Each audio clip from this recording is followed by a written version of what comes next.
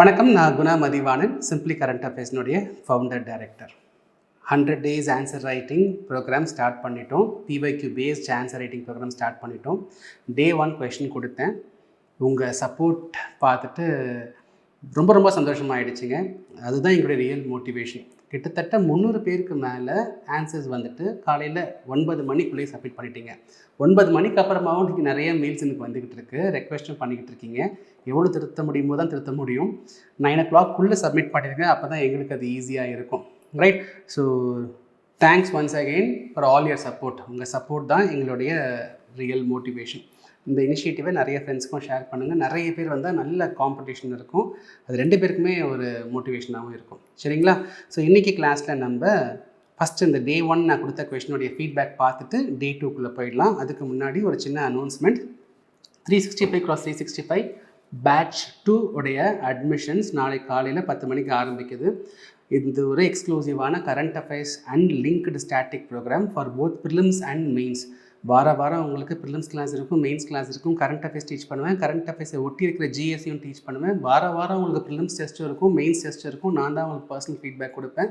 இந்த ப்ரோக்ராமில் மென்டர்ஷிப், ஒரு 1 year மென்டர்ஷிப்பும் இது உள்ளே அடங்கும். 15 months கரண்ட் அஃபேர்ஸ் நம்ம கவர் பண்ணுவோம். இந்த இனிஷியேட்டிவ் பற்றின இன்ஃபர்மேஷன் தெரிஞ்சுக்க நீங்கள் டிஸ்கிரிப்ஷனில் இருக்கிற லிங்கை கிளிக் பண்ணி பாருங்கள். இல்லை நம்ம வெப்சைட் www.simplycurrentaffairs.com நீங்கள் விசிட் பண்ணி பார்க்கலாம். Right. Day 1. What do you mean by MSP? How will MSP rescue the farmers from the low income trap? இதுக்கு ஃபஸ்ட்டு எப்படி ஆன்சர் ஸ்ட்ரக்சர் பண்ணணும்னு நான் உங்களுக்கு சொல்லிடுறேங்க. 2 கொஷின் இருக்குது, கிளியராக இருக்குது. அதுக்கு முன்னாடி இது 10 marker கொஷின், 150 வார்த்தைங்கிறத ஞாபகம் வச்சுக்கோங்க. அதுக்கு மேலே எழுதாதீங்க. ஸோ 2 கொஷின் இருக்குது, ஆனால் 2 கொஷினுக்கும் ஈக்குவல் வெயிட்டேஜ் கொடுக்காதீங்க. ஏன்னா அது பார்க்கும்போதே நமக்கு தெரியுது செகண்ட் பார்ட்டுக்கு தான் அதிகமான வெயிட்டேஜ் தேவைப்படுது. So what do you mean by MSP? டைரெக்டாக நீங்கள் வந்துட்டு ஆன்சருக்குள்ளே போயிடுங்க. சரிங்களா? எம்எஸ்பினா என்னங்கிறத நீங்கள் டிஃபைன் பண்ணி எழுத ஆரம்பிச்சிருங்க. ஸோ இந்த what do you mean by MSP இதுக்கு நீங்கள் ஒரு 30% வெயிட்டேஜ் கொடுக்கலாம். அப்படின்னா ஒரு 45 to 50 வேர்ட்ஸ் வரைக்கும் நீங்கள் அதிகபட்சம் நீங்கள் எழுதலாம். அதுக்கப்புறமா how will MSP rescue the farmers? How will MSP will rescue the farmers? அதுதான் மெயின். அதுக்கு நீங்கள் ஒரு 50% வெயிட்டேஜ் நீங்கள் கொடுக்கலாம். சரிங்களா? அதுக்கப்புறமா அங்கேருந்து நீங்கள் லிமிட்டேஷன்ஸ், சார் லிமிட்டேஷன்ஸ் பற்றி சொல்கிறீங்க, இதுக்கு ஒரு 10% வெயிட்டேஜ் கொடுக்கலாங்க. இங்கே பாருங்கள், இந்த கொஷினை பாருங்கள். இந்த question how will MSP rescue the farmers from low income drop. இது ரொம்ப சிம்பிளாக சொல்லணும்னா எம்எஸ்பி எப்படி ஃபார்மர்ஸுடைய இன்கம்மை இம்ப்ரூவ் பண்ணுங்கிறது தான் இங்கே கேள்வியே. லோ இன்கமில் இல்லாமல் எப்படி இன்கம்மை இம்ப்ரூவ் பண்ணும், எம்எஸ்பி எப்படி ஃபார்மர்ஸுடைய இன்கம்மை இம்ப்ரூவ் பண்ணும். நீங்கள் எப்படி இம்ப்ரூவ் பண்ணணும் தான் எழுதணும். அப்படினாலே நீங்கள் பாசிட்டிவாக தான் எழுத போகிறீங்க. ஒவ்வொரு பாயிண்ட்லேயுமே இதனால் இப்படி இம்ப்ரூவ் ஆகிடும், இதனால் இம்ப்ரூவ் ஆகிடும்.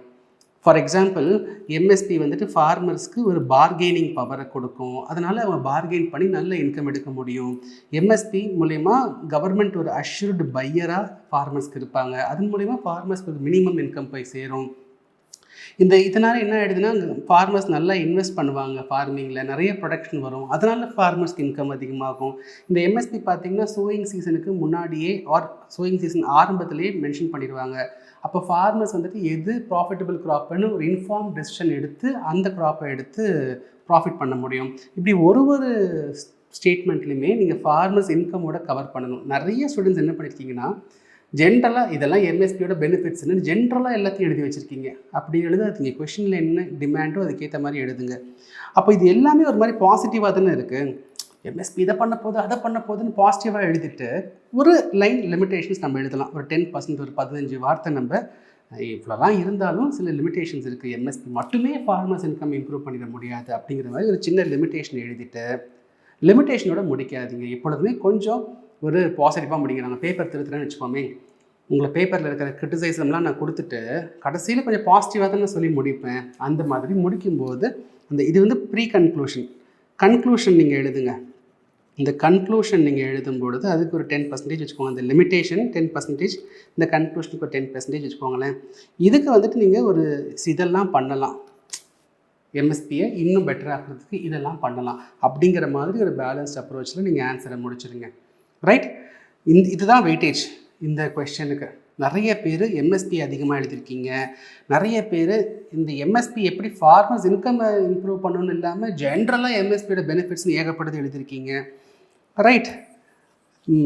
ஸோ இல்லாட்டி லிமிடேஷன்ஸ் ஏகப்பட்டது, இன்ட்ரெஸ்ட் ரேட், வாட்டர் டிஸ்பியூட்டு, நான் என்னென்ன கிளாஸில் சொல்லணும் எல்லாத்தையுமே எழுதி வச்சுருக்கீங்க. அந்த மாதிரிலாம் பண்ணாதீங்க.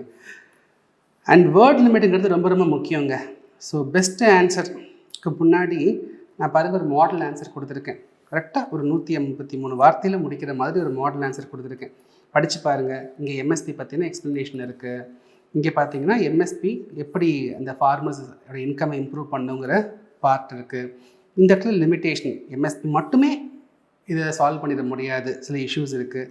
அப்புறம் சொல்யூஷன்ஸ், இதெல்லாம் கொஞ்சம் பண்ணிட்டீங்கன்னா எம்எஸ்பி இன்னும் பெட்டராக இருக்கும் அப்படிங்கிற மாதிரி சொல்யூஷன்ஸ். ஓகே, நம்ம டெலிகிராம் சேனலில் இந்த ஆன்சர்லாம் ஷேர் பண்ணிடுவோம். டிஸ்கிரிப்ஷன்லேயும் நான் லிங்க் கொடுக்குறேன், பார்த்துக்கோங்க. பெஸ்ட் ஆன்சர் நிர்மலா, நல்லா எழுதியிருக்கீங்க நிர்மலா. நீங்கள் இதுக்கு முன்னாடியுமே நீங்கள் ஆன்சர்ஸ் நம்ம இனிஷியேட்டிவ் எழுதிக்கிட்டு இருப்பீங்கன்னு நினைக்கிறேன். பேரை நான் பார்த்த ஞாபகம் இருக்குது. ஸோ பாருங்கள், இவங்க எம்எஸ்பி பற்றி எக்ஸ்பிளைன் பண்ணியிருக்காங்க, டிஃபைன் பண்ணியிருக்காங்க.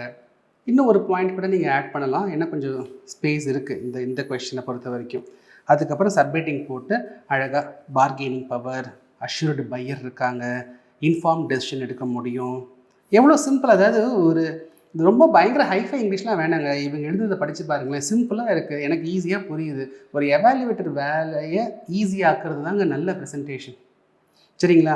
அழகாக பாக்ஸ்லாம் போட்டாங்க. இந்த பாயிண்ட் நான் பார்கெனிங் பவர் பற்றி தான் பேச போகிறேன், இங்கே அஷ்யூர்டு பையர் பற்றி தான் பேச போகிறேன், இன்ஃபார்ம் டெசிஷன் பற்றி தான் பேச போகிறேங்கிற போதே இதை படிக்கும்போதே ஓகே இந்த பாயிண்டில் இது இருக்கும் அப்படிங்கிற ஒரு எண்ணமும் டக்குன்னு கிடச்சிருது. அதே சமயத்தில் நான் படிக்கிறதுக்கு முன்னாடி எனக்கும் ஒரு ஹிண்ட்டும் கொடுத்துட்றாங்க, நான் இதை பற்றி தான் எழுத போகிறேங்கிறதும். ரைட். Encourage investment. ஒரே ஒரு பிரச்சனை, இந்த 5th பாயிண்ட் பாருங்கள், இம்ப்ரூவ் நேஷ்னல் ஃபுட் செக்யூரிட்டி. இதுக்கும் ஃபார்மர்ஸோடைய இன்கமுக்கும் என்னங்க சம்மந்தம்? இந்த பாயிண்ட் மட்டும் சம்மந்தம் இல்லாத பாயிண்ட்டுங்க. இதை நீங்கள் அவாய்ட் பண்ணியிருக்கலாம். ரைட். லிமிட்டேஷன்ஸ் ஆஃப் எம்எஸ்பி நீங்கள் எழுதியிருக்கீங்க, 2 பாயிண்ட்டுமே சூப்பர். கன்க்ளூஷனில் நீங்கள் நான் சொன்ன மாதிரி இது மட்டுமே பத்தாது, எம்எஸ்பி மட்டுமே பத்தாது, இட் அலோன் cannot guarantee. அப்போ மற்றதெல்லாம் நம்ம என்ன பண்ணணும் அப்படிங்கிறதையுமே இவங்க கொடுத்து முடிச்சிருக்காங்க. நல்ல ஆன்சர். ரைட். இதில் இன்னொரு விஷயமும் நான் எப்பொழுதும் சொல்லுவேன், எனக்கு தெரிஞ்சு நீங்கள் தான் ஃபஸ்ட்லேருந்து எழுதுகிற பர்சன் நினைக்கிறேன். ஏன்னா நான் எப்பொழுதும் சொல்லுவேன், சப்ஹெட்டிங் போட்டு எழுதும்போது நம்பர் கொடுங்க, ஸ்டார் மார்க்லாம் போடாதீங்க. அதே மாதிரி இப்போ நீங்கள் இந்த 1 2 3 நம்பர் தரீங்க இல்லையா, அந்த நம்பர் கண்டினியூ பண்ணுங்கள். அடுத்த சப்ஹெட்டிங் போட்டு நீங்கள் எழுதுனா கூட அங்கே 1 2ன்னு போடாதீங்க, அப்படியே 6 7 8 9னே போயிட்டு இருக்கட்டும். எவாலுவேட்டருக்கு அப்போ தான் தெரியும் 6 பாயிண்ட் எழுதியிருக்காங்க, 7 பாயிண்ட் எழுதியிருக்காங்க, 12 பாயிண்ட் எழுதியிருக்காங்க. ஸோ இந்த கன்க்ளூஷன் பார்க்குறதுக்கு முன்னாடி 7 பாயிண்ட் எழுதியிருக்காங்க, அப்புறம் இன்ட்ரோடக்ஷன் ஒரு பார்ட் இருக்குது, கன்க்ளூஷன் இருக்குது. ஸோ சைக்கலாஜிக்கலி கூட நீங்கள் வந்துட்டு எவாலுவேட்டரை கில்ட் ஆக்குங்க. அவருக்கு ஒரு கில்ட்டை கொடுத்துருங்க. இவ்வளோ பாயிண்ட்ஸ் எழுதியிருக்காங்களே இந்த கேண்டிடேட்டு, கம்மியாக மார்க் போட வேண்டாம், ஒரு ½ மார்க் எக்ஸ்ட்ரா கிடச்சா கூட அது it will make a lot of டிஃப்ரென்ஸுங்க. ஸோ அதை நீங்கள் மைண்டில் வச்சுக்கோங்க. ஸோ இது எல்லாமே நல்ல விஷயம். சூப்பர். இன்னொரு ஆன்சர் நான் காட்டுறேன். இவங்க வந்துட்டு நல்லா தான் எழுதியிருக்காங்கன்னா ஒரு பெரிய பிரச்சனையை பாருங்களேன். இப்போ இது ஒரு 10 மார்க் கொஷின் தான். இந்த 10 மார்க் கொஷினுக்கு டேரெக்டாக வாட் யூ மீன் பை எம்எஸ்பின்னு கொடுத்துட்டா அதில் போய் எழுத ஆரம்பிச்சிருங்க. நீங்கள் இந்தியா வந்துட்டு அக்ரிகல்ச்சரை பற்றி, இங்கே 46% இந்தியா ஒர்க் ஃபோர்ஸ் இருக்காங்க, எவ்வளோ ஜிடிபி கான்ட்ரிபியூட் பண்ணுது, இதெல்லாம் தேவையில்லாத கண்டென்ட் இந்த கொஸ்டினுக்கு, இந்த 10 மார்க்கர் கொஸ்டினுக்குமே. சரிங்களா? நீங்கள் 30% வெயிட்டேஜுக்கு மேலே ஃபஸ்ட் பார்ட்டு கொடுக்க முடியாதுன்னு நான் சொல்கிறேன். நீங்கள் என்டையர் ஃபஸ்ட்டு பேஜ் ஃபுல்லாகவே நீங்கள் வந்துட்டு எம்எஸ்பியும் அதற்கான இன்ட்ரொடக்ஷனும் நீங்கள் கொடுத்துருக்கீங்க. இந்த இடத்துல இந்த டயக்ராமும் பெரிய லெவலில் இம்ப்ரெசிவாக எந்த விஷயத்தையும் கன்வே பண்ணிடலை. சரிங்களா? ஆனால் செகண்ட் பேஜில் நீங்கள் எழுதின கண்டென்ட் எல்லாமே super. How MSP rescues farmers from low income drop, சேலஞ்சஸாக இருக்கலாம், அதுக்கப்புறம் நீங்கள் கொடுத்த கன்க்ளூஷனாக இருக்கலாம், எல்லாமே அட்டகாசமாக கொடுத்துருக்கீங்க. இந்த ஃபஸ்ட்டு பேஜை மட்டும் நீங்கள் ட்ரிம் பண்ணி எக்ஸாக்டாக எம்எஸ்பினா என்ன அப்படிங்கிற அளவுக்கு நீங்கள் எழுதியிருந்தீங்கன்னா கண்டிப்பாக உங்களுக்கு பெஸ்ட் ஆன்சராக இருந்திருக்கும். அதை மட்டும் ஃபோக்கஸ் பண்ணிக்கோங்க. ரைட். ஸோ நம்ம டே 1க்கான ஃபீட்பேக்லாம் முடிச்சிட்டோம். இப்போ நம்ம டே 2க்குள்ளே போயிடலாம்.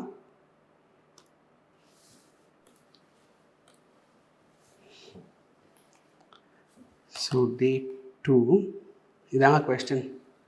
Explain the role of millets for ensuring health and nutritional security in India. So நான் மில்லட்ஸை பற்றி பேச போகிறேன். ஸோ மில்லட்ஸ்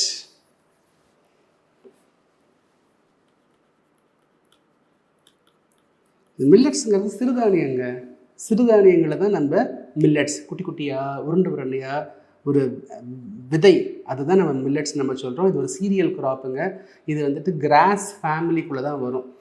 உலகத்திலேயே இந்தியா தான் அதிகமான மில்லட்ஸ் கல்டிவேஷன் ப்ரொடியூஸ் பண்ணுற நாடாக இருக்குது.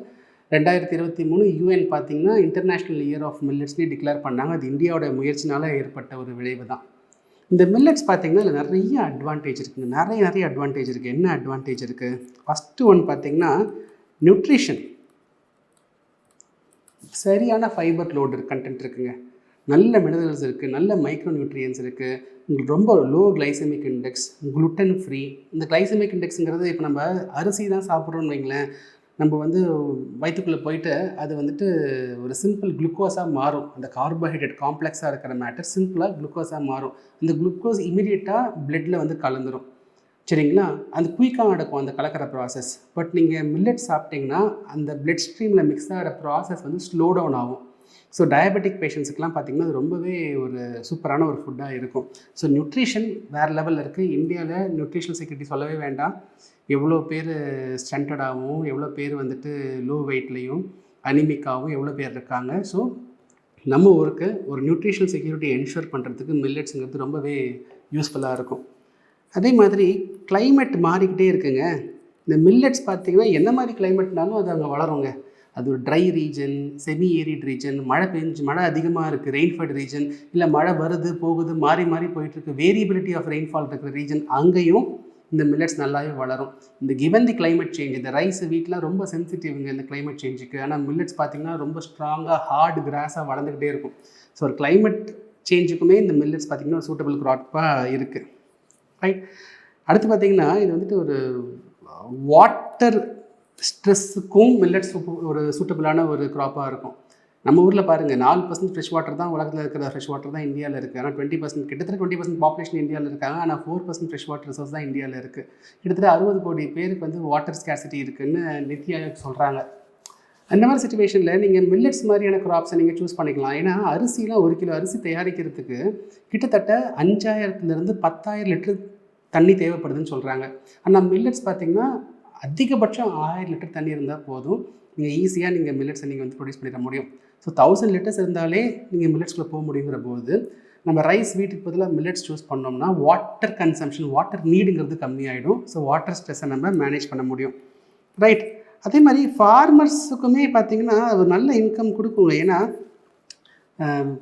இது மாதிரி காஞ்சி போன பூமியில் கூட உங்களுக்கு வந்து மில்லட்ஸ் நீங்கள் வந்துட்டு சூஸ் பண்ணிக்க முடியும். ஏரிட் செமி ஏரிட்லேயே நீங்கள் மில்லட்ஸ் நீங்கள் வளர்க்கலாம்.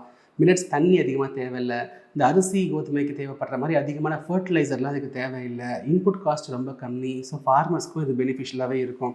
நாட்டுக்கும் பார்த்திங்கன்னா ஃபுட் செக்யூரிட்டியை என்ஷூர் பண்ணுறதுக்கு இது யூஸ்ஃபுல்லாக இருக்கும் இல்லையா? இந்த அரிசி கோதுமைலாம் பார்த்திங்கன்னா சொன்ன மாதிரி கிளைமேட் சேஞ்சு, அதிக தண்ணி தேவைப்படுது, கிளைமேட் சேஞ்ச் மாறுது, தண்ணி அவைலபிலிட்டி கம்மியாக இருக்குது. அப்போ ஃபுட் செக்யூரிட்டி என்ஷூர் பண்ணுறதுக்கு ஒரு நேஷனுக்குமே இது பெரிய ஒரு சப்போர்ட்டிவ்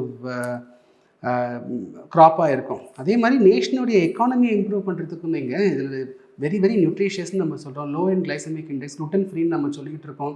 நிறைய பேர் குளுட்டன் அலர்ஜி இருக்கும். அப்போ இதில் இந்த அலர்ஜியும் வராது இதில். அப்படி இருக்கும்போது வேர்ல்டு வைட் இதை எக்ஸ்போர்ட் பண்ணுறதுக்கு, அதை வேல்யூ ஆட் பண்ணி ஒரு சூப்பர் ஃபுட்டை மார்க்கெட் பண்ணுறதுக்கு எவ்வளோ பெரிய ஆப்பர்ச்சுனிட்டி இருக்குது. ஸோ இதெல்லாம் அட்வான்டேஜ். சரி, என்ன சேலஞ்ச் சார் நம்மளுக்கு இந்தியாவில் இருக்குது மில்லட்ஸை பொறுத்த வரைக்கும் பார்த்தீங்கன்னா ஏரியா. 1960s பார்த்தீங்கன்னா பெரும் பகுதி மில்லட்ஸ் கல்டிவேஷன் தான் இருந்துச்சு. இன்றைக்கி கிட்டத்தட்ட 50% வரைக்குமே கல்டிவேஷன் வந்து ஏரியா வைஸ் குறைஞ்சி போயிடுச்சு. இதுக்கு மெயின் காரணம் இந்த க்ரீன் ரெவல்யூஷன். இந்த க்ரீன் ரெவல்யூஷனில் ரைஸ் வீட்டுக்குன்னு அதிகமான ஃபோக்கஸை கொடுத்து மில்லட்ஸ்க்கான ஃபோக்கஸே இல்லாமல் போயிடுச்சு. மக்களுடைய டயட்ரி ஹேபிட்டும் மாறி போயிடுச்சுங்க. நம்மளாம் கடையில் போய் வாங்கினா தானே அதுக்கு ஒரு மார்க்கெட் இருக்கும். மார்க்கெட்டே இல்லைங்கிற போது ஃபார்மர்ஸ்க்கு என்ன மாதிரியான ஒரு இன்சென்டிவ் இருக்கும்? ஃபார்மர்ஸ்க்கு இன்சென்டிவே இருக்காது இல்லையா? நம்ம எதுக்கு மில்லட்ஸ் சூஸ் பண்ணோம்? எல்லோரும் கோதுமை அரிசின்னு சாப்பிடும்போது நம்ம அதையே சூஸ் பண்ணிக்கலாமேன்னு நினைக்கலாம் இல்லையா ஃபார்மர்ஸ்? இப்போ ஃபார்மர்ஸும் அந்த மாதிரி நினைக்கிறாங்க. மார்க்கெட்டும் இல்லை. அப்படி இருக்கும்போது ப்ரைவேட் பிளேயர்ஸ் வந்து ஏன் இன்வெஸ்ட் பண்ணுவாங்க? மார்க்கெட்டே இல்லைன்னா ஏன் இன்வெஸ்ட் பண்ண போகிறாங்க? இப்போ இன்வெஸ்ட்மெண்ட்டும் இல்லைன்னா எந்த ரிசர்ச்சுமே இருக்காது இல்லையா? இப்போ அரிசிக்கு பார்த்திங்கன்னா ஹை ஈல்டிங் வெரைட்டி சீட்ஸ்லாம் வந்துக்கிட்டு இருக்குது. புதுசாக அதை வந்துட்டு நம்ம அரிசி வகைகளை நம்ம வந்துட்டு நம்ம விதை வகைகளை கொண்டு வந்துகிட்டு இருக்கோம். ஆனால் மில்லட்ஸ்க்கு பார்த்திங்கன்னா இந்த மாதிரியான சப்போர்ட் சிஸ்டம் இல்லை. அதுக்கு காரணம் இன்வெஸ்ட்மெண்ட் இல்லை, அதுக்கு காரணம் மார்க்கெட் இல்லை. அப்போது இவ்வளோ அட்வான்டேஜ் இருந்தும் சிச்சுவேஷன் மோசமாக இருக்குது. அப்போ நம்ம அதை என்ன பண்ணணும்னா ஃபஸ்ட்டு ஏரியாவை எக்ஸ்பேண்ட் பண்ணணும். ஏரியாவை எக்ஸ்பேண்ட் பண்ணணும்னா ஃபார்மர்ஸை கல்டிவேட் பண்ணணும். ஃபார்மர்ஸ்க்கு ஒரு இன்சென்டிவ் இருக்கணும். அவருக்கு இன்சென்டிவ் இருக்கணும்னா யாரோ ஒருத்தவங்க அதை வாங்கணும்.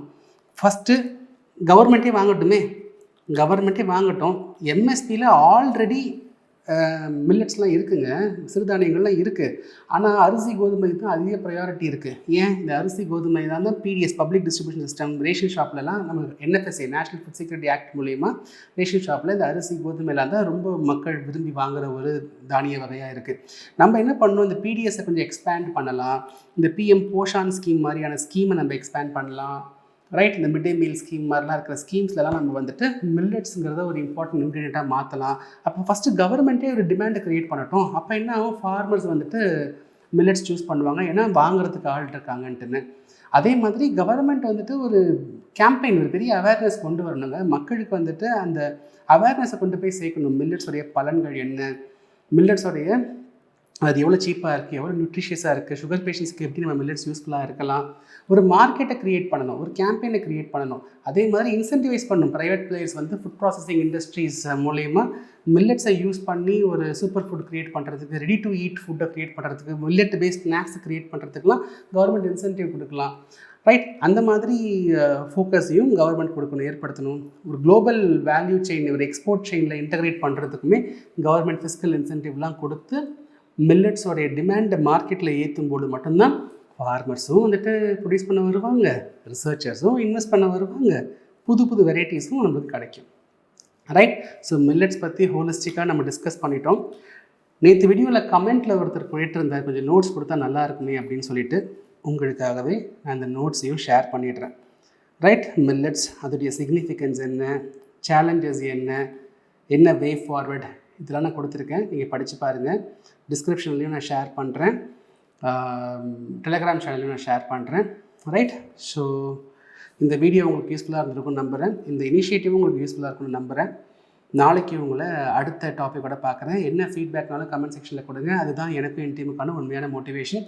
நாளைக்கு காலையில் 9 மணிக்குள்ளே, திருப்பின்னு சொல்கிறேன், 9 AM நீங்கள் வந்து இமெயில் பண்ணிவிட்டு தயவுசெய்து கமெண்ட் செக்ஷனில் மென்ஷன் பண்ணுங்கள். இத்தனை மணிக்கு என் பேரை இத்தனை மணிக்கு நான் மெயில் பண்ணிட்டேன் அப்படிங்கிறத மென்ஷன் பண்ணுங்கள். அது எனக்கு ரொம்ப ரொம்ப முக்கியம். ரைட், அடுத்த வீடியோவில் பார்ப்போம். அது வரைக்கும் பை ஃப்ரம் குணா மதிவாணன்.